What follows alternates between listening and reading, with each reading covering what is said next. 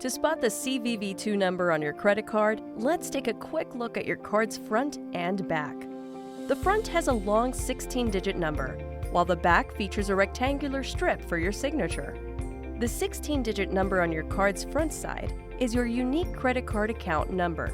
Here, also spot your first and last name, along with the card's expiration date. These details are required for online purchases. Now, when you flip to the card's back, you'll see a signature strip. For Visa and MasterCard, right next to this strip or on it, you'll find a 3-digit number. This 3-digit number is your credit card's CVV2 number, which you'd also find for most debit cards as well. However, if you have an American Express card, the CVV2 number is located on the front side of the card. And instead of a 3-digit number, American Express CVV2 numbers are actually 4 digits. CVV2 numbers for all card types can also be referred to as CVC or CVV codes. Like and subscribe to protect your money and increase your monthly income stream with our Money Clips Daily.